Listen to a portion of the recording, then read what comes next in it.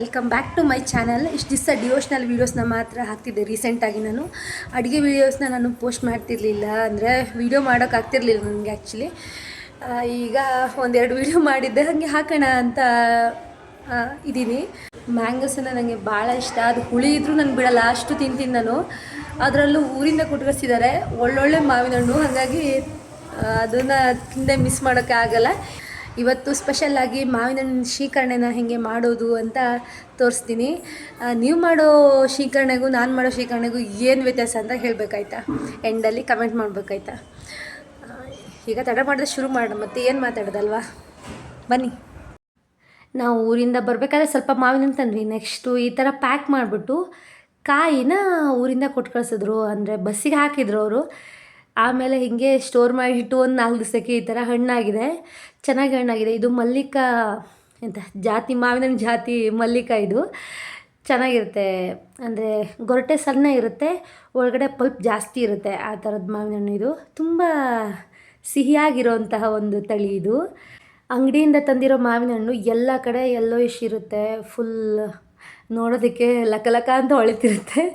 ಆದರೆ ಅದು ಕೆಮಿಕಲ್ ಹಾಕಿ ಮಾಡಿರ್ತಾರೆ, ಹಣ್ಣು ಹಾಕಿರ್ತಾರೆ, ಅದೆಲ್ಲ ಇರುತ್ತೆ. ಇದು ಹಾಗಲ್ಲ, ಮನೆ ಮಾವಿನ ಹಣ್ಣು ಅಂದರೆ ಅದಕ್ಕೆ ಏನೂ ಹಾಕಿರಲ್ಲ, ಚೆನ್ನಾಗಿರುತ್ತೆ ಕ್ವಾಲಿಟಿ ವೈಸು, ಹೆಲ್ತ್ಗೂ ಭಾಳ ಒಳ್ಳೆಯದು. ಈ ಥರ ಕೈಯಿಂದ ಬಿಡಿಸೋದಕ್ಕೆ ಬರಬೇಕು. ಹೀಗೆ ಬರ್ತಿದೆ ಅಂದರೆ ಪರ್ಫೆಕ್ಟಾಗಿ ಹಣ್ಣಾಗಿದೆ ಅಂತ ಅರ್ಥ. ಈ ಥರ ನೀಟಾಗಿ ಕೈಯಿಂದ ತೆಗಿಯೋದಕ್ಕೆ ಬಂದಿದ್ದರೆ ಈ ಥರ ಚೆನ್ನಾಗಿ. ನಾನೊಂದು 3 ಮಾವಿನ ಹಣ್ಣನ್ನು ಯೂಸ್ ಮಾಡಿಕೊಂಡು ಮಾಡ್ತಿದ್ದೀನಿ. ಡೈಲಿ ತಿಂತಿದ್ವಿ. ಒಂದು ದಿವಸ ಮಾಡಬೇಕಾದ್ರೆ ರೆಕಾರ್ಡ್ ಮಾಡೋಣ ಹಾಗೆ ಅಂತ ಮಾಡ್ತಿದ್ದೆ ನಾನು ಇದನ್ನು ಇವಾಗ ಮೇದಲ್ಲಿ ಮಾಡ್ತಿರೋದು. ಇದನ್ನು ಯಾವಾಗ ಹಾಕೋದು ಅಂತ ಗೊತ್ತಿಲ್ಲ. ವೀಡಿಯೋ ಮಾವಿನ ಹಣ್ಣು ಸೀಸನ್ ಮುಗಿದ ಮೇಲೆ ಹಾಕ್ತೀನೋ ಇಲ್ವೋ ಗೊತ್ತಿಲ್ಲ. ಒಟ್ಟಿನಲ್ಲಿ ಮಾವಿನ ಹಣ್ಣು ಚೆನ್ನಾಗಿದೆ ಅಂತ, ನೋಡೋದಕ್ಕೆ ಚೆನ್ನಾಗಿರುತ್ತೆ ಅಂತ ಹಾಕಿದೆ. ನೀವು ಕಲ್ತ್ಕೋಬೋದು ಅಂತ ನಾನು ಮಾಡೋ ವಿಧಾನನ. ಈ ಥರ ತಕ್ಕೊಂಬಿಟ್ಟು ಆಮೇಲೆ ನಿಧಾನಕ್ಕೆ ಕಟ್ ಮಾಡ್ಕೋಬೇಕು. ಈ ಥರ ಸಣ್ಣದಾಗಿ ಕಟ್ ಮಾಡೋದ್ರಿಂದ ಆಮೇಲೆ ಅದು ಚೆನ್ನಾಗಿ ಮ್ಯಾರಿನೇಟ್ ಆಗುತ್ತೆ ಬೆಲ್ಲದ ಜೊತೆ. ಹಾಗಾಗಿ ಈ ಥರ ಸಣ್ಣಕ್ಕೆ ಕಟ್ ಮಾಡ್ಕೋಬೇಕು. ಒಂದೇ ರೆಸಿಪಿನ 10 ಜನ ಮಾಡಿದ್ರೂ ಅದರ ಟೇಸ್ಟ್ ಬೇರೆ ಬೇರೆ ಇರುತ್ತೆ. ಯಾಕಂದರೆ ಅವರು ಮಾಡಿರೋ ವಿಧಾನ ಹೆಚ್ಚು ಕಮ್ಮಿ ಇರುತ್ತೆ, ಹಾಕಿರೋ ಐಟಮ್ಸು ಅಥವಾ ಪ್ರಮಾಣ ಅದ್ರ ಮೇಲೆ ಡಿಪೆಂಡ್ ಆಗಿರುತ್ತೆ. ಎಲ್ಲರೂ ಮಾಡೋದಕ್ಕೂ ಡಿಫ್ರೆನ್ಸ್ ಇದ್ದೇ ಇರುತ್ತೆ. ಒಬ್ಬರು ಮಾಡಿರೋ ಟೇಸ್ಟ್ ಇನ್ನೊಬ್ರು ಮಾಡಿದರೆ ಬರೋದೇ ಇಲ್ಲ ಅದು. ಹಾಗೆ ಇವಾಗ ನಾನು ಮಾಡಿರೋ ವಿಧಾನ ನಾನು ನಿಮಗೆ ಹೇಳ್ತಾ ಇದ್ದೀನಿ. ಈ ಥರ ಸಣ್ಣದಾಗಿ ಎಲ್ಲನೂ ಕಟ್ ಮಾಡ್ಕೋತಾ ಇದ್ದೀನಿ. ಈ ಮಾವಿನ ಹಣ್ಣಿನಲ್ಲಿ vitamin A, vitamin C, fibre ಎಲ್ಲ ಹೇರಳವಾಗಿರುತ್ತಂತೆ. ಇದರಲ್ಲಿ ಮ್ಯಾಗ್ನೇಷಿಯಮ್, ಕಾಫರ್ ಎಲ್ಲನೂ ಇರುತ್ತೆ. ಹೆಲ್ತಿಗೆ ಭಾಳ ಒಳ್ಳೆಯದು. ಅತಿಯಾಗಿ ತಿಂದರೆ ಅಮೃತನೂ ವಿಷ ಅಂತಾರೆ, ಆದರೆ ಇದು ಮಿತ ಪ್ರಮಾಣದಲ್ಲಿ ಚೆನ್ನಾಗಿ ತಿಂದರೆ ಹೆಲ್ತಿಗೆ ತುಂಬ ಬೆನಿಫಿಟ್ಸ್ ಇದ್ದಾವೆ. ಶುಗರ್ ಇರೋರು ತಿನ್ನಬಾರ್ದು ಆ ಥರ ಎಲ್ಲ ಹೇಳ್ತಾರೆ, ಆದ್ರೂ ಮಿತವಾಗಿ ತಿಂದರೆ ಯಾವ ಆಹಾರನೂ ಕೆಟ್ಟದ್ದಲ್ಲ. ಎಲ್ಲದರಲ್ಲೂ ಅದರದ್ದೇ ಆದಂತಹ ಒಳ್ಳೆಯ ಗುಣಗಳು ಇದ್ದೇ ಇರ್ತವೆ. ಯಾವ್ಯಾವ ಸೀಸನ್ನಲ್ಲಿ ಯಾವ್ಯಾವ ಹಣ್ಣನ್ನು ತಿನ್ನಬೇಕು ಅಂತ ಈ ಪ್ರಕೃತಿನೇ ನಮಗೆ ಕೊಟ್ಬಿಡುತ್ತೆ. ಹಾಗಾಗಿ ನಾವು ಯಾವ್ಯಾವ ಟೈಮಲ್ಲಿ ಏನೇನು ಸಿಗುತ್ತೋ ಆ ಫ್ರೂಟ್ಸ್ನ, ಆ ವೆಜಿಟೇಬಲ್ಸ್ನ ಜಾಸ್ತಿ ತಿನ್ನಬೇಕು. ಅದರಿಂದ ನಮ್ಮ ಹೆಲ್ತ್ ಚೆಂದ ಇರುತ್ತೆ. ಹಾಗಾಗಿ ಈ ಸೀಸನ್ನಲ್ಲಿ ಮ್ಯಾಂಗೋಸ್ ಆಗುತ್ತೆ, ಹಾಗಾಗಿ ಹಲಸಿನ ಹಣ್ಣು, ಮ್ಯಾಂಗೋ ಎಲ್ಲ ಈ ಸೀಸನ್ನಲ್ಲಿ ಸ್ವಲ್ಪ ಜಾಸ್ತಿ.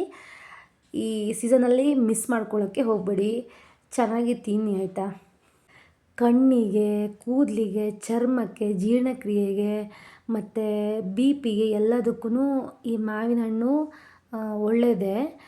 ಟೈಪ್ 2 ಡಯಾಬಿಟಿಸ್ಗೆ ಮಾತ್ರ ಸ್ವಲ್ಪ ಕೆಟ್ಟದ್ದು ಅಂತ ಹೇಳಲಾಗುತ್ತೆ. ಹಾಗಾಗಿ ಅವರು ಸ್ವಲ್ಪ ಅವಾಯ್ಡ್ ಮಾಡಿ, ಉಳಿದವರು ಚೆನ್ನಾಗಿ ತಿನ್ನಿ ಆಯಿತಾ.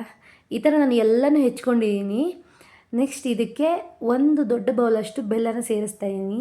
ಬೆಲ್ಲ ಮತ್ತು ಈ ಮಾವಿನ ಹಣ್ಣನ್ನು ಸೇರಿಸಿ ಕಲಸಿ ಇಡೋದ್ರಿಂದ ಮಾವಿನ ಹಣ್ಣು ಚೆನ್ನಾಗಿ ಹೊಂದ್ಕೊಳ್ಳುತ್ತೆ ಬೆಲ್ಲದ ಜೊತೆ, ಸಿಹಿಯಾಗಿರುತ್ತೆ. ಈ ಥರ ಚೆನ್ನಾಗಿ ಕೈಯಿಂದ ಒಂದು ಸಲ ಕಲಿಸ್ಕೋಬೇಕು. ಕಲಿಸಿದ್ರೆ ಕರೆಕ್ಟಾಗಿ ಹೊಂದ್ಕೊಂಡಿರುತ್ತೆ, ತುಂಬ ರುಚಿಯಾಗಿರುತ್ತೆ. ಎಲ್ರಿಗೂ ಇಷ್ಟ ಆಗುವಂತಹ ಒಂದು ರೆಸಿಪಿ ಇದು. ಇದ್ರ ಜೊತೆ ಬಿಳಿ ಹೋಳಿಗೆ ಮಾಡಿದ್ರೆ ಅದು ಬೆಸ್ಟ್ ಕಾಂಬಿನೇಷನ್ ಅನ್ಬೋದು. ಆದರೆ ನಾನು ಬಿಳಿ ಹೋಳಿಗೆ ಜೊತೆ ಇವತ್ತು ಕಾಂಬಿನೇಷನ್ನಾಗಿ ಬಳಸ್ತಾ ಇಲ್ಲ.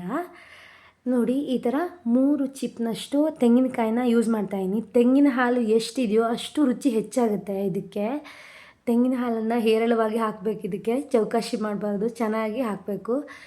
ನೆಕ್ಸ್ಟ್ ನಾನು ಈ ಥರ ತೆಂಗಿನಕಾಯಿನ ತುರ್ಕೊಂಡು ಗ್ರೈಂಡ್ ಮಾಡೋದಕ್ಕೆ ರೆಡಿ ಮಾಡ್ಕೊತಾ ಇದ್ದೀನಿ. ಚೆನ್ನಾಗಿ ತೆಂಗಿನಕಾಯಿ ಹಾಕಿದ್ರೆ ಟೇಸ್ಟ್ ಇನ್ನೂ ಎನ್ಹಾನ್ಸ್ ಆಗುತ್ತೆ. ಸುಮ್ಮನೆ ಸ್ವಲ್ಪ ಹಾಕಿದ್ರೆ ಅದಷ್ಟು ಚೆಂದ ಇರಲ್ಲ. ನಾನು ಇಷ್ಟು ತುರ್ಕೊಂಡಿದ್ದೀನಿ. ಈಗ ನೆಕ್ಸ್ಟು ಮಿಕ್ಸಿ ಜಾರ್ಗೆ ತೆಂಗಿನಕಾಯಿನ ಹಾಕೋತೀನಿ, ತುರಿದಿರುವಂಥದ್ದು.